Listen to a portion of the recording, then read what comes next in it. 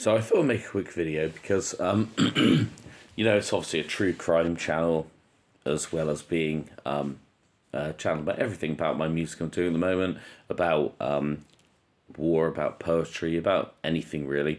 And I thought I would take up some Brazilian taekwondo. Jiu-jitsu, not taekwondo actually, no, because that's a striking sport. Brazilian jiu-jitsu. And anyway, it was fascinating. So we learned a few different techniques. For example, we learned someone comes towards you with their hands like that. You can put up one hand, and if possible, and we were obviously play sparring, you try and grab their arm.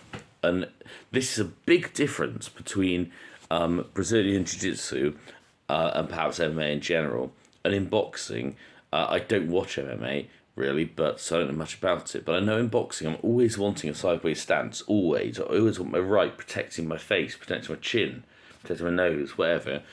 And the left, protecting a little higher, being able to snap out. And then you only land the right when you think you've got a bit of cover, hopefully, and a bit of head moving and whatnot. In Brazilian Jiu-Jitsu, there's no orthodox or southpaw. You come with a much more straightforward stance, which seems silly because then you can shove you and you fall over backwards. So I'm not quite sure about that. I still think you come with a little bit of your weight on one foot or the other, but I'm not that advanced. I've only done 2-hour sessions. But the thing we did learn is that when we were play sparring, if at all possible, you can grab the hand or grab the wrist personally, I would go with my left hand because I'm an orthodox boxer. So I want to grab the hand and pull them in. If I pull them toward me a little bit, that's good. It sets them off balance a little bit. Also, as long as I'm prepared for it, I've got my weight in the right place, I'm on balance. So get them toward me. But then the key is get the right hand into their sort of shoulder area, top of their arm, and then yank them sideways, twist them across your body. And at the same time, as you whip them round, yank them across you flip round, and then you're behind them with this grip. And then you have multiple options because you can pull them from that side. You've hopefully, at this point where you've yanked them in by their arm, you've pulled their shoulder. Hopefully, you've got both their arms locked. And so they're losing balance. So you can then yank them to one side with ideally, if the arm's across the body in one direction, you want to sort of pull them in the same direction, I'm told. But personally, I would going with twisting the other way. But what the correct technique would be to pull them. If you've pulled them across your body, twisted them round, keep their momentum flowing. But it doesn't come naturally because I'm right-handed. So with me, all of my takedowns were being done by pulling them in with the right, grabbing them with the left, swinging them round, getting behind them, and then getting my foot into their ankle and supporting myself on my left leg, and then yanking them down. And of course, then you get on top of them, and then theoretically you're in charge. But the takedown that's really interesting, the really why this is where there's the crossover with the true crime, was we were learning about once you'd done the takedown, one of them was you have got them in that pool, and you actually deliberately pull them down on top of you. Yeah, you pull them on top of you, but then you get your legs up. I don't think I'm dexterous enough to demonstrate, but you get your legs around them anyway, and you lock your legs around their body, and you get your hand across the top of them, holding one of their arms, and then come back down, and it's called the seatbelt position. But they still got one arm free, so you're using that to hopefully pin them. But the key is then at some point, when you stop, you seal them tightly with your legs. And they're in front of you. It's a bit of a gay position, if I'm honest, but that's MMA for you, I suppose. you got them on the floor. You got your and you put your head in the parrot position for a moment. You're meant to get your head right next to theirs on their shoulder, and that way, with their loose arm, they can't punch you because their head's in. Your head it's called parrot on the shoulder. Your head is tucked in. They come around with their free hand to push you or strike you, whatever. You're not allowed to strike, but if they try and get around, your head's on their shoulder anyway, so it's blocking it.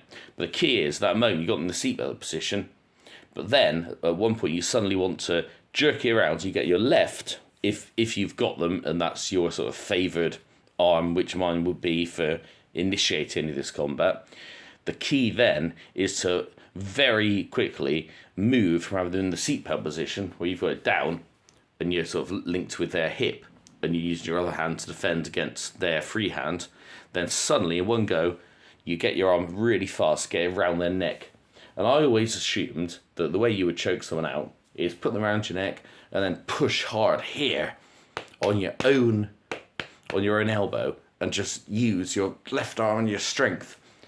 And that's rubbish. And the reason why it comes around to true crime is if you listen to Dennis Rader, I know Pat Brown doesn't believe he killed the Ortega family in Wichita, Kansas. I think she's wrong. I think she had a brilliant suspect, but I think it was actually Rader that did it. But it's hard to say, really. He did gain extra notoriety for saying he did it. But whoever did that crime, if it was Rader, in his confession, he said the reason why he was putting bags over people's heads was the strangulation wasn't working. He said he'd go to one and he'd kind of strangle them out a little bit, and then they'd lose consciousness, or at least pretend to lose consciousness. They move on to the next one. It's two man and a woman, and then I think an 11-year-old daughter, I believe she was, and then a boy that was maybe around 5. I may have the children's ages slightly wrong. But either way, he was strangling them out one by one, and they keep reviving. And so he started putting bags over their heads, getting belts and tying the belts. He'd already got them under control with a gun, and they allowed him to bind them, which is a rule of thumb. You never, ever, ever allow that. If anyone wants to bind you, that's the point where you fight for your life. It's not the point where you comply. Just a rule of thumb.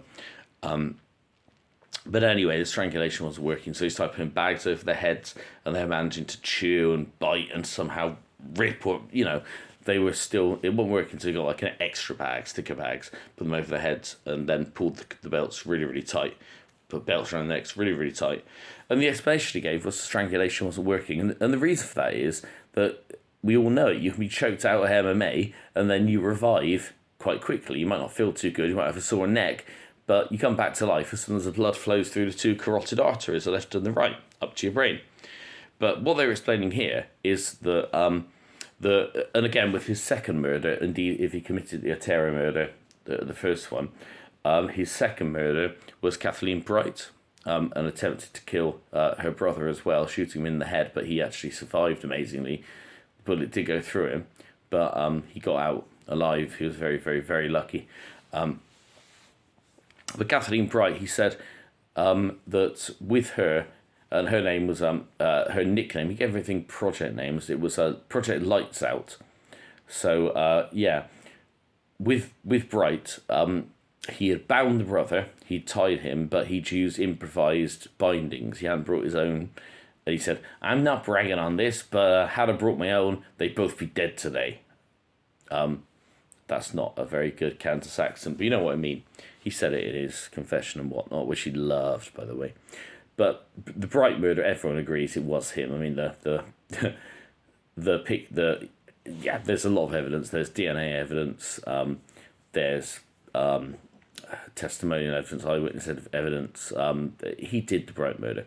But anyway, whatever. He bound up the brother, and he went in then to have his way, because he used to love to strangle. That's what one of his nicknames, as well as him bind, torture, kill. It was the Wichita Strangler. That was another name. He loved to strangle. But anyway, he got her around the neck in whatever way he did. He didn't say, I imagine he used his hands, because he used to use one of those squishy balls, the ones you can use, like they're an anti-stress ball, but you can squeeze them and it builds up the strength in your hands, you see. And he would do that all the time, because I presume his primary method of initially strangling was just with his hands. And he said the strangulation just wasn't working on her. It just wasn't working. So in the end, he took out a knife and he stabbed her a lot of times in the abdomen. And although she lasted, I think, halfway to the hospital, maybe even got there, she was pretty much DOA. She'd been stabbed, quite a number of times, I believe, in her lower back and abdomen. But the point is, the one thing we did get to do, I injured my knee playing football some months back, and I thought I could do jiu-jitsu without a knee support, and I was wrong. I didn't realise how leg heavy it was, and so I had to sit out for part of it. But I did get to practice the rear naked choke anyway. And so what happens then? Like I said, you've got them in the seatbelt, so you've got your arm kind of coming through, hooking their arm and coming across them, and then with your other arm, you're fending off any attacks from there, and it can't really do anything. But then you suddenly go up, and you go round the neck, and I would do it with my left, because, as I say, orthodox.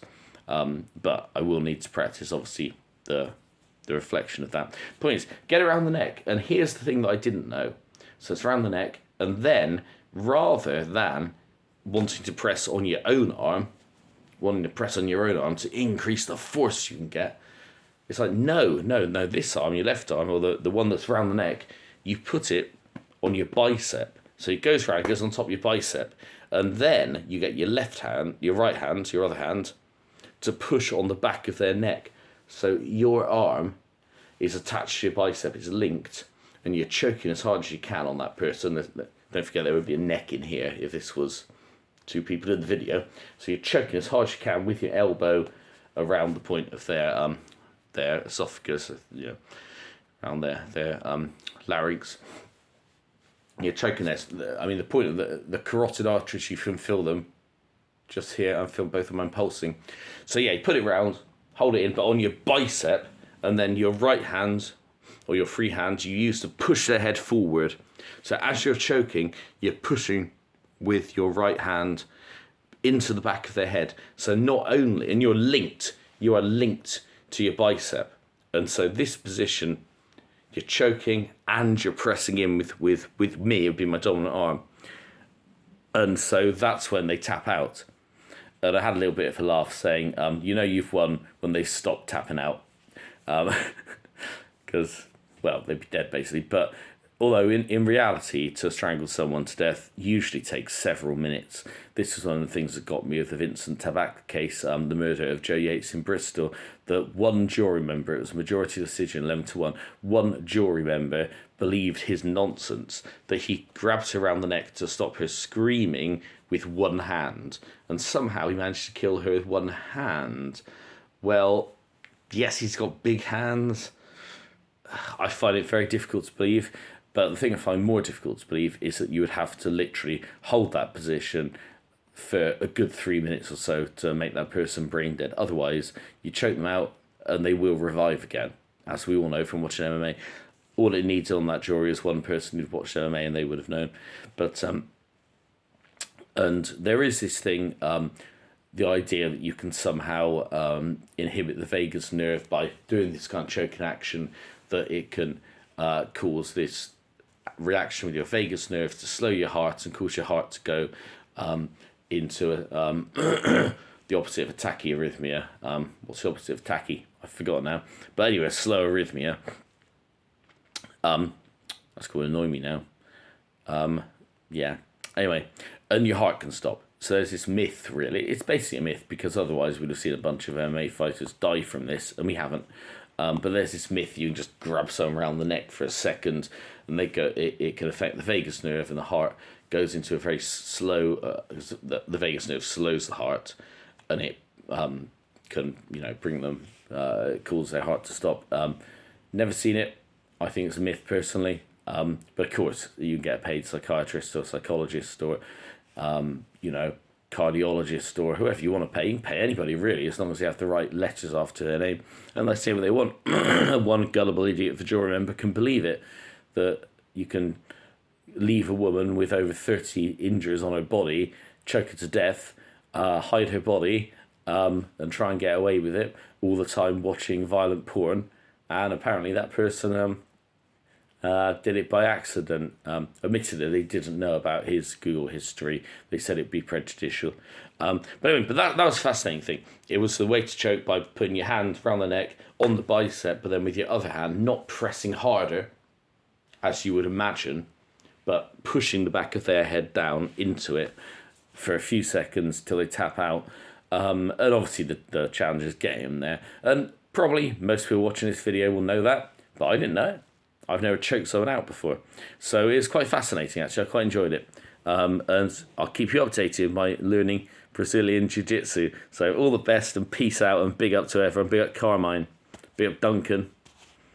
Big up Clint. Big up Pound for Pound. Take care.